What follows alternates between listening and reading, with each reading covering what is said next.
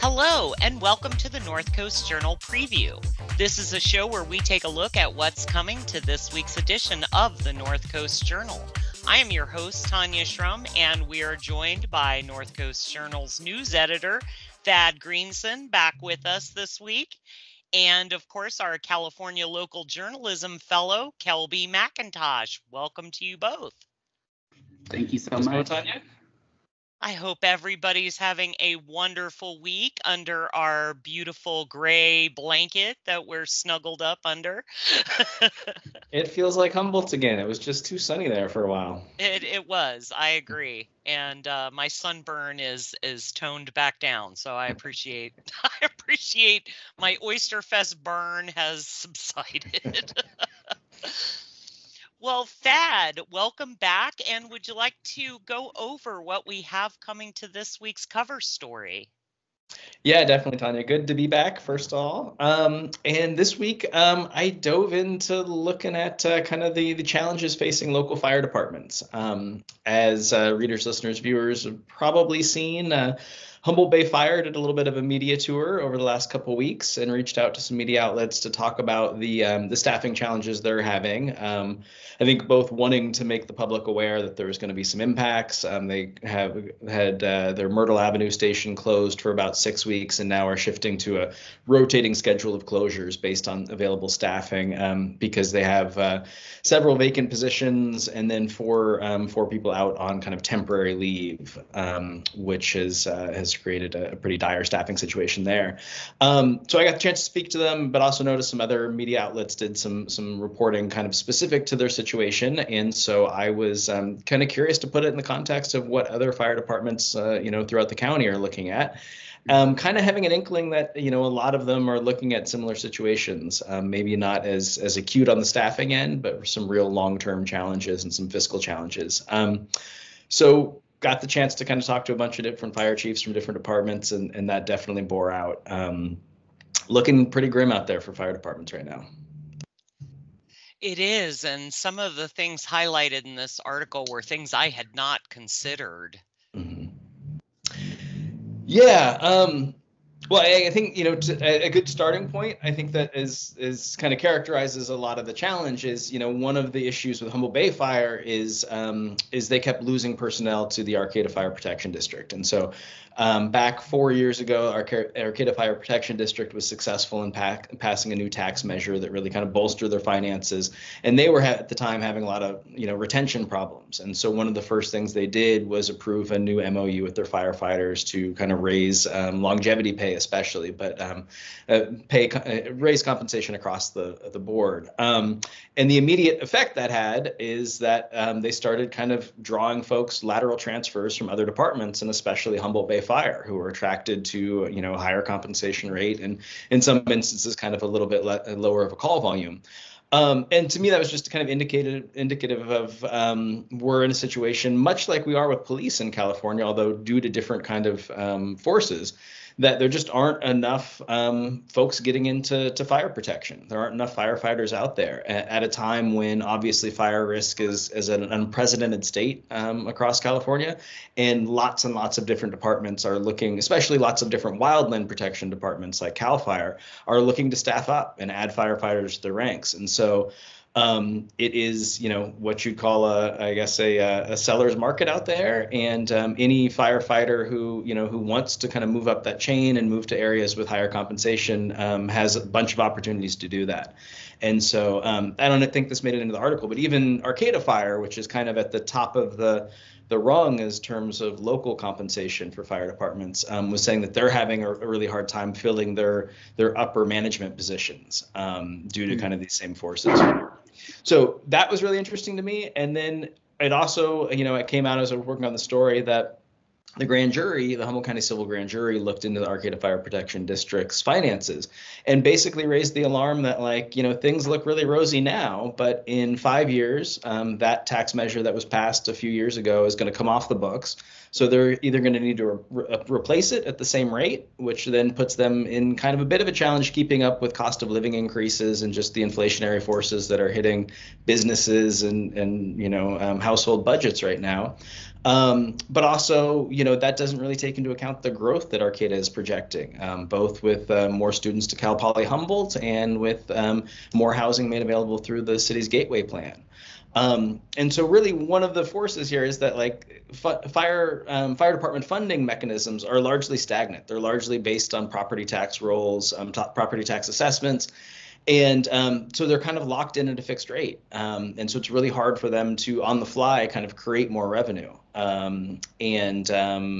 As we've seen over the last few years, costs just keep going up across all areas. So I had volunteer fire chiefs talking to me about the price of diesel fuel doubling in recent years, the cost of insurance doubling, equipment costs just soaring due to supply chain issues.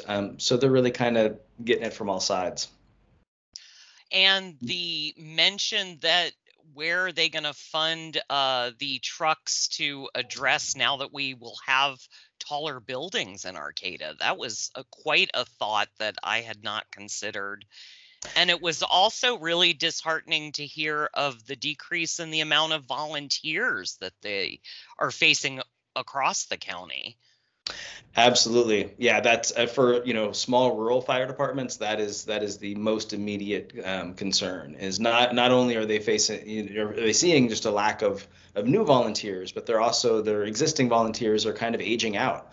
A lot of them have been working with these departments for decades and are getting kind of to the end of their physical ability to respond to structure fires and car accidents and effectively do the physical components of the job. I know that's a concern.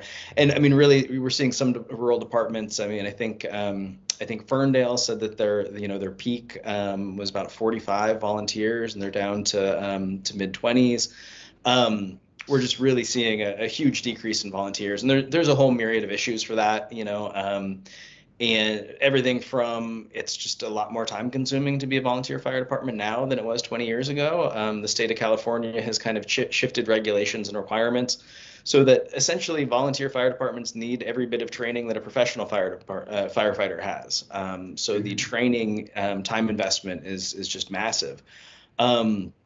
And then, a lot of people pointed out that it's harder to get anybody to volunteer in any sector right now. And they kind of attribute that to the state of the economy, folks just having a harder time making ends meet. A lot of people, putting off retirement and staying in the workforce longer for a variety of reasons, some economic, some social.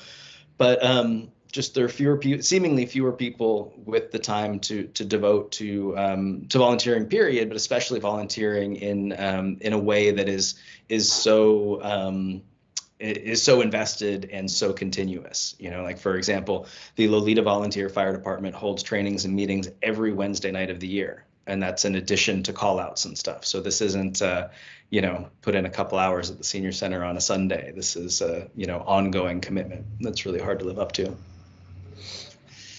It's really a wonderful story to highlight this potential dire situation that we face in the future. And I appreciate all of your reporting, Thad. But do you have any final thoughts before we move on?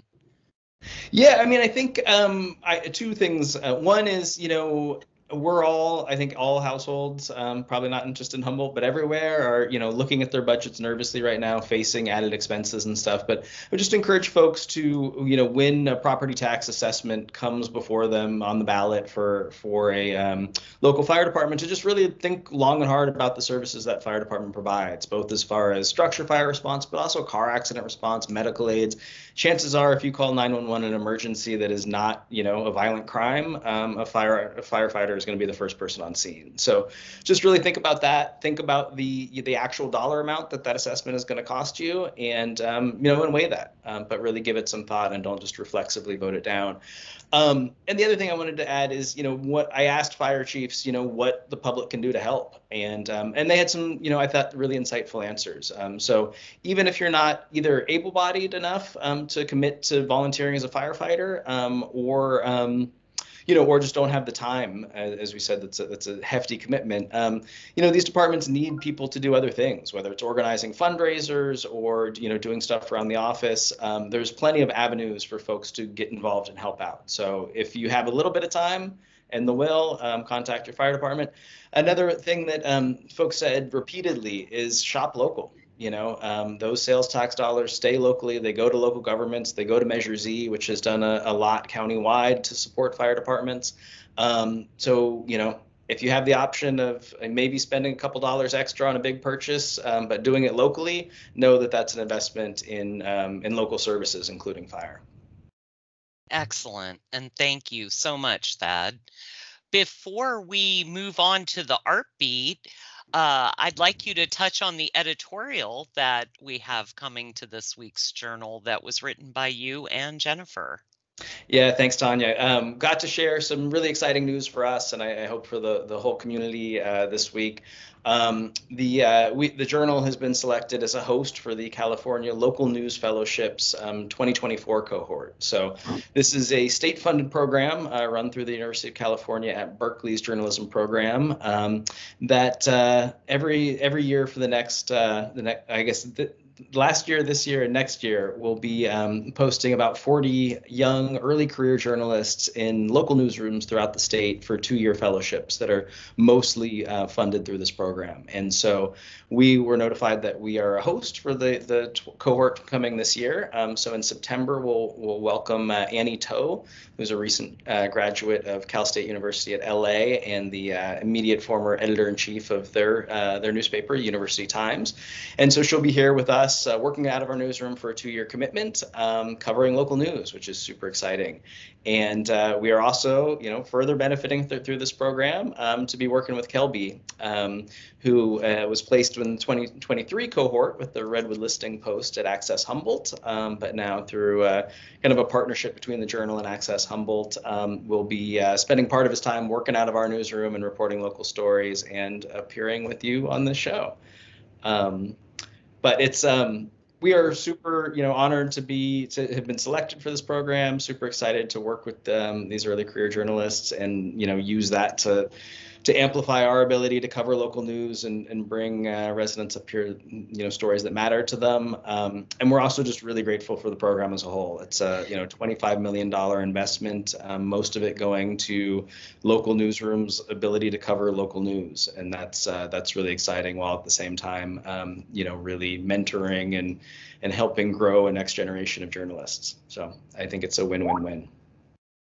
I think it's wonderful, and I want to officially welcome Annie Toe and Kelby, who's already been here, but I just think this is wonderful and just a great way to bring new journalists into the flock. Absolutely. Yeah, we're really excited about it. And before long, maybe it'll be Annie and Kelby sitting here talking to you for an episode. Oh, and I'll be a much older host. No, being around the youngs keeps you young, I think. That's true. That's absolutely true. Well, I can't imagine better mentors and shoes to fill, both fashionable and precise, as you and Jennifer. So welcome.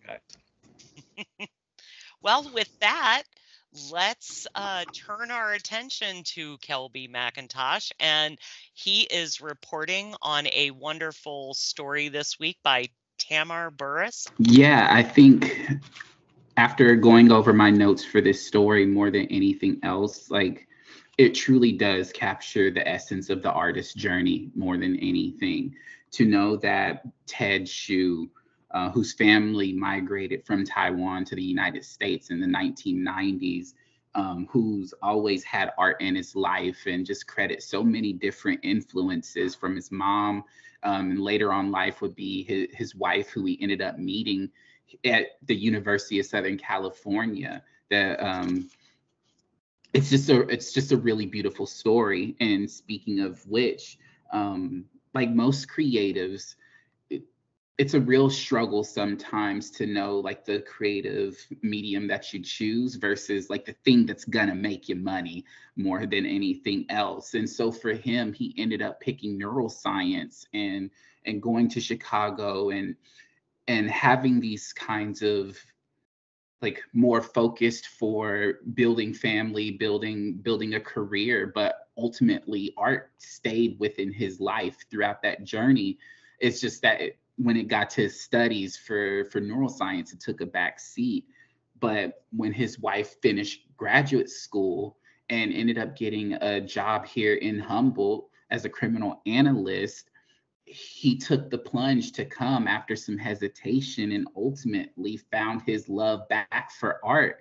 And though you could pick a bunch of very different mediums, he still stuck with the mediums that he found the most inspiration in, which was painting. And specifically because his wife's love of tarot cards, he chose to design tarot cards using the mediums that he loved. He took inspiration from anime, like one of my favorite animated movies, My Neighbor Totoro. It's exquisite film. He used a lot of the things that he said he took for granted, which was family. And ultimately he used his wife as an example, and soon his son when they gave birth to his son, and just all these things that he found beauty in when it came to family. He tried to incorporate into the artistry of these tarot cards. And in some instances, because of the intricacies of tarot and what it means to some people, and he didn't want to lose that essence. Even though he took a more personal approach to these designs, he still studied the cards. He got books. He really honed in what the cards mean while still trying to create something that's relatable and true to himself. He designed all 72 cards, I believe. I might be wrong on that number. 78. See, I was 6 off. I am a tarot card reader, so I already knew that was. Thank you. I have notes here because I have the memory of a goldfish. But regardless, he took the challenge of designing all 78, and he wanted to make sure not only did it hold the essence of what these cards meant, but also to incorporate a lot of stylistic things that he's drawn to. And I thought they turned out very beautiful. Just looking at all the gorgeous pictures. And for those who read the paper, whether online or in a physical copy, when you look at the article, you can definitely see like the labor of love that he put into designing these cards. And if you want to actually purchase a deck for yourself, they're on his website. And yeah, I commend him for taking on this challenge, because doing work like this is very intensive to the creative process. And so, yeah, no, for sure. I can think of nothing more personal than creating a tarot deck out of your own inspiration and out of pieces of your life that is incredibly personal and spiritual, and they're beautiful. Yes, I just saw the examples in the article, and I'm really excited to look for them when they are for sale, and then more money to the local economy for the firefighters right there. Exactly. So everybody needs to, take a look. And if that's something that you're interested in, or if you're an old witch like me, you're supposed to purchase them and give them as a gift. You're not supposed to purchase cards for yourself. Get a set and send them to a friend that is interested. I think these cards just appeal in general, even if not necessarily a believer in these things. They still make for just really great art pieces, more so than ever. Like you can see just the use of colors and just how he incorporates everything. It pulls so many different influences from, as I mentioned earlier, his love of anime, but also too, like there's some American tattoo artistry in there with some bold lines and these kinds of things, but also too influences from Japanese woodblock paintings. And for those who might not understand, like ukiyo art, Japanese art, especially like ukiyo Japanese block painting, is a really intricate process in itself of applying color and everything else. So yes, though there is, as stated, the rules to how you receive and gift out tarot cards, even for those who might not want it for that purpose, they still make for great art pieces nonetheless, if anything. And you can always buy them, take the 22 major arcana out and use them as playing cards. They don't have to be a divination tool. There you go. There you go. And I think it's a real relatable journey for any creative. Especially, I think the part that stood out to me is that during the pandemic, he really honed in on his craft. Like probably many of creators out here, more so than anything. Even myself during the pandemic, I honed in on some stuff. So when reading through the article, making notes, I really felt that, just because that period of time allowed for so much creativity to happen, for those who had the means and just the time. Well, we all had some time at some point, but had the means and just applied the skill more so than anything else. And it was a very beautiful story that I'm so honored to be able to talk about here on the preview. Thank you so much. And it looks like we have a little bit of time here at the end of our show. So I would like to put you on the spot, Kelby. And would you talk about your essay titled My Juneteenth Revelation of Embracing Culture in Humboldt County? Yeah, for sure. It was something that was definitely out of the comfort zone, because being here at the Journal and other entities where I've worked at, I'm used to just doing straight news pieces, kind of like how my first story was on Juneteenth. And if you didn't get a chance to read that, you can always go to the Journal's website and read that article. But this one was definitely more personal, because relocating from Texas to here and having an event that is very much so like Texas based. I understand it's taught in our history, especially Texas history, and it's something that we hold dear. That's a real big celebration. And I have a real centered nostalgia for it. And so being far away from home, being in the Humboldt community, knowing that a Juneteenth event was happening here, it definitely reminded me, or gave me that feeling of sense of being reminded of something that I really missed since living out here in Humboldt, which was something that felt like home. And to be out in the community and see all the beautiful faces, Black, brown, white, just all from the community showing up for an event to just really have fun, celebrate this monumentous cultural event, it showed me that community really does make home, no matter where you're from or where you reside, when it comes to how the community can unify together for something that really touched me, more so than anything. And though they're different events, they're not a monolith kind of event. To be able to experience it and see the efforts of Black Humboldt try to share resources with the entire community, try to pinpoint a lot of the organizations that are doing some great things out here in the community. It was such an amazing event that I was very thankful to be able to write about. And I'm happy that I took that leap to do something out of my comfort zone. Well, I am so happy, and I want everybody to read this essay and start checking out all your bylines. Thank you so much for being vulnerable and sharing with us. And thank you both. That wraps up our time for this week. The current edition of the North Coast Journal is available on newsstands now, or of course you can find it online at northcoastjournal.com. I am Tanya Shrum. Thanks for being with us and staying informed and supportive here in our local community.